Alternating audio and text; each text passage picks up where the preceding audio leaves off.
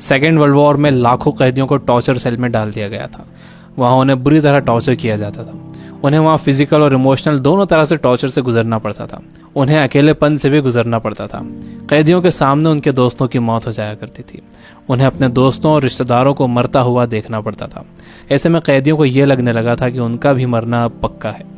ये सब देखकर कैदी इमोशनली बहुत डिस्टर्ब हो जाते थे, बर्दाश्त नहीं कर पाते थे और वो सदमे से ही मर जाते थे। सेकेंड वर्ल्ड वॉर में कैदियों को रखने के लिए कई कैंप्स बनाए गए थे। उन्हीं कैंप्स में से एक कैंप में बंद थे साइकोलॉजिस्ट डॉक्टर विक्टर फ्रैंकल।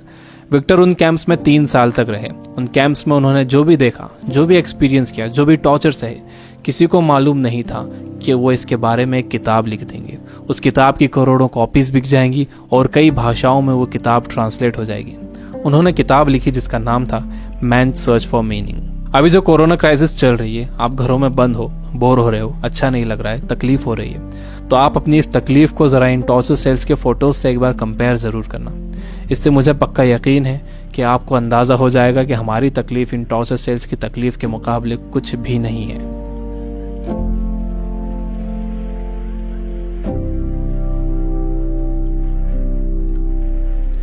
जब विक्टर को इन कैंप्स में डाला गया तो उनके साथ उनकी फैमिली भी थी, लेकिन सब के सब धीरे धीरे मरते गए।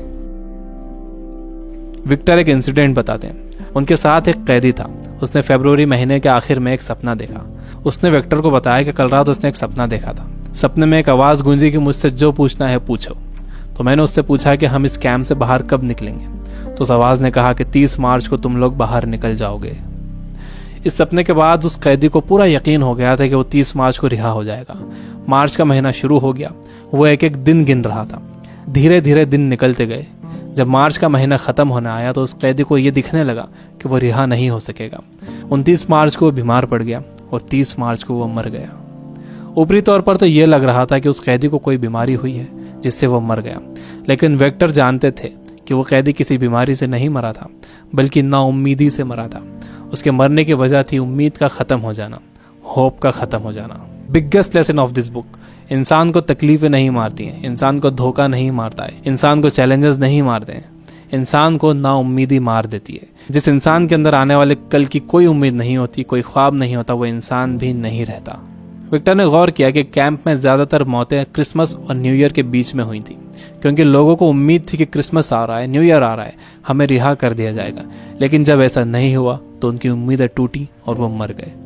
जब भी किसी इंसान की उम्मीदें ख़त्म होती हैं तो उसका इम्यून सिस्टम कमज़ोर हो जाता है, और जब किसी का इम्यून सिस्टम कमज़ोर हो जाता है तो वो किसी भी छोटी मोटी बीमारी से मर सकता है। यानी पहले उम्मीदें ख़त्म होती हैं, उससे इम्यून सिस्टम कमज़ोर होता है, उसके बाद वो बीमारी ताकतवर हो जाती है।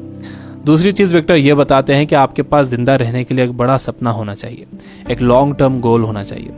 जिसके पास आने वाले कल के लिए बहुत बड़ा ख्वाब है, उसके लिए आज की तकलीफ़ें, आज की प्रॉब्लम्स बहुत छोटी होती हैं। जब किसी का बिलीफ बड़ा होता है, किसी का कॉन्फिडेंस बड़ा होता है, किसी का सपना बड़ा होता है, किसी का कमिटमेंट बड़ा होता है, तो उसके सामने आने वाली क्राइसिस, प्रॉब्लम्स, तकलीफ़ें सब छोटी हो जाती हैं। हम कोरोना वायरस की क्राइसिस से घर में रहकर मुकाबला कर सकते हैं। आपको अपनी सुरक्षा करना है, लेकिन इससे घबराना नहीं है। आपको अपनी उम्मीद को ख़त्म नहीं होने देना है। विक्टर कहते हैं कि जब कोई प्रॉब्लम या बीमारी आती है तो आपकी बॉडी कमज़ोर पड़ जाती है, लेकिन आपका माइंड बहुत पावरफुल है। आपको इसे कमज़ोर नहीं पड़ने देना है। आप रोज़ टीवी देख रहे हो, आप बुरी न्यूज़ सुन रहे हो कि इतने मरे, इतने बचे, इतने सीरियस, यह आपको मेंटली वीक बना देगा। आप मेंटली वीक हो जाओगे तो आपका इम्यून सिस्टम भी कमज़ोर हो जाएगा, जिससे आपका बीमार होने का खतरा बढ़ जाएगा। विक्टर कहते हैं कि वो 3 साल इन कैंप्स में इसलिए जिंदा रह पाए क्योंकि उनके पास कल के लिए बड़े सपने थे, विल पावर थी, उन्हें एक किताब लिखना थी। तो वो सारी प्रॉब्लम्स, सारी तकलीफें उनके सपनों और इरादों के आगे छोटी पड़ गई और वो इन सब से बाहर निकल गए। तीसरी चीज़ जो विक्टर ने ऑब्जर्व की थी वो ये कि जब इंसान के सामने कोई प्रॉब्लम आती है तो वो उसे कैसा मीनिंग देता है। वो उसे पॉजिटिव मीनिंग देता है या नेगेटिव मीनिंग देता है। जैसा भी आप उसे मीनिंग देते हो, ये मीनिंग ही उस प्रॉब्लम को आपके लिए मुश्किल या आसान बनाता है। आपका मीनिंग उस प्रॉब्लम को या तो और बढ़ा देगा या उसे ख़त्म कर देगा। फॉर एग्जाम्पल, आप कहीं जाने के लिए घर से बाहर निकलते हो और आप देखते हो कि आपकी गाड़ी का टायर पंचर है। अब आपको बहुत गुस्सा आ जाता है। आपको लगता है कि क्या इसे अभी पंचर होना था, या आप ही के साथ क्यों हुआ, पूरा मूड ख़राब हो गया। आपने इसे दे दिया नेगेटिव मीनिंग। आपके पास एक और ऑप्शन था। आप सोच सकते थे कि हो सकता है कुदरत आपको वहाँ जाने से रोक रही हो, हो सकता है कि आप किसी बड़े एक्सीडेंट से बच गए हों इसकी वजह से। अगर तेज़ स्पीड में गाड़ी का टायर पंचर हो जाता तो एक्सीडेंट हो सकता था। अच्छा हुआ कि निकलने से पहले ही आपको टायर पंचर मिला। यह है पॉजिटिव मीनिंग। इंसान यूजुअली नेगेटिव ही सोचता है और इस नेगेटिव सोचने की वजह से हम हर चीज़ का नेगेटिव साइड ही देखते हैं, उसका पॉजिटिव साइड नहीं देखते। जैसे कोरोना क्राइसिस में जितना टाइम आपने फैमिली को दिया है, क्या आपने कभी पहले इतना टाइम दिया है?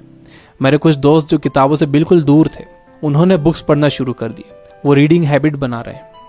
अगर कोरोना क्राइसिस ना होता तो क्या ऐसा होता था? जितना मैं इन दिनों पढ़ रहा हूँ, पहले इतना कभी नहीं पढ़ता था। जितनी सफाई लोगों ने रखनी शुरू कर दी है, पहले कभी नहीं रखते थे। बार बार हाथ धो रहे हैं, अच्छी तरह हाथ धो रहे हैं, सोशल डिस्टेंस मेंटेन कर रहे हैं। किसी लाइन में लगे हुए हैं तो दूर दूर खड़े हो रहे हैं। आसमान साफ नजर आ रहा है, हवा साफ हो गई है, समंदर का पानी साफ हो गया है। ऐसा लग रहा है कि नेचर ने जैसे रीसेट बटन दबा दिया।